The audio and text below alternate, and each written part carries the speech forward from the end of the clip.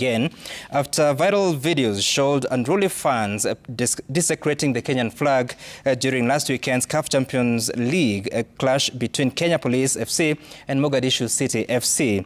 And the clips showing the flag being stomped on and kicked around have sparked public outrage and official condemnation. Interior Cabinet Secretary Kipchumba Murkomen has ordered the arrest, prosecution and deportation of the culprits. Somalia's ambassador to Kenya, Jabril Ibrahim Abdulle, also denounced the acts, as Seth Olale now reports.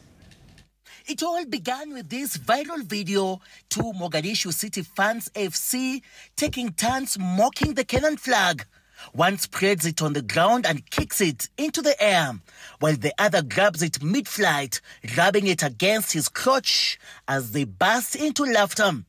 In a second, seemingly well-choreographed video, a Mogadishu fan wearing a traditional Somali sarong walks up to a Kenyan Police FC supporter, snatches his Kenyan flag and tosses it casually to the ground. The clips, which have since gone viral, emerged after last Saturday's CAF Champions League clash between Kenya Police FC and Mogadishu City FC at Nairobi Stadium. The incident triggered immediate outrage and condemnation, both at the stadium and across social media, with many Kenyans describing it as a blatant act of disrespect.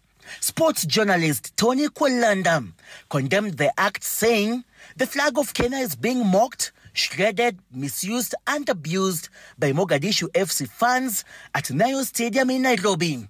Mohamed Abdulle stated on X that this is not representative of the average Somali. Sisi hatukuangi hivi. These boys should be disciplined and banned from future matches. Football is not about this sort of behavior. According to the law, a person who shows disrespect in speech, manner or writing to the flag shall be guilty of an offence and liable to a fine or imprisonment for a term not exceeding 6 months. Interior Cabinet Secretary, while presiding over Jukwaa la Usalama Forum in Wajir, called for action to be taken against the culprits.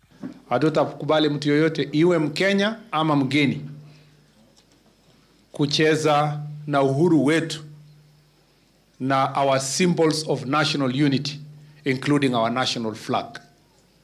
So, Panaiji, take the necessary legal action.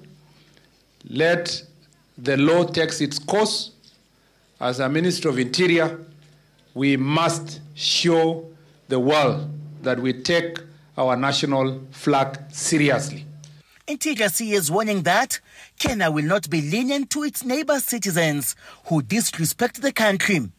Being in Kenya is a privilege. And when you play around with our national instruments of national unity, you lose the privilege to live in our country. I have already directed the DCI ya kwamba huyu mtu anakanyaga bendera yetu ya Kenya. Bendera ile ilipiganiwa hapa mpaka tukapata uhuru yetu, si ni kweli? Hiyo anatucheza ama vipi?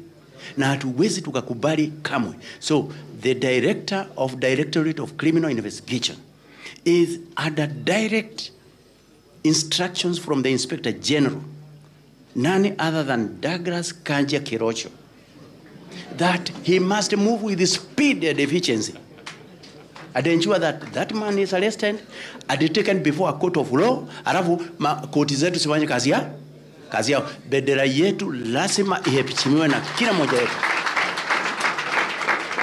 Somali ambassador to Kenya, Jabril Ibrahim Abdulle, has condemned the acts, describing them as regrettable, adding that authorities are investigating the matter for possible action. We regret and firmly condemn the action of few individuals whose behavior overshadowed the remarkable performances of our two teams. Such incidents do not reflect the value of respect, friendship, and shared sovereignty that guide relationship between our two brotherly nations, Kenya and Somalia. Relations between Kenya and Somalia have long been tense. After Somalia's independence in 1960, Somalia's nationalists claimed Kenya's Northern Frontier District, NFD, has lost territory and pushed for its inclusion in a greater Somalia. Britain rejected the demand, creating Kenya's northeastern region instead, before independence in 1963. The dispute triggered the shifter war between 1963 and 1967, with Somalia-backed insurgents fighting to secede, as Kenya cracked down, branding them shifter or bandits. The war ended in 1967 but left behind death, displacement and destruction. Today, despite relative peace, Kenya remains involved in pacifying parts of Somalia. Both citizens and foreigners alike are being urged to promote and uphold the Constitution by respecting its values that include unity and peaceful coexistence in order to foster togetherness and cohesiveness. Seth Olale, Citizen TV.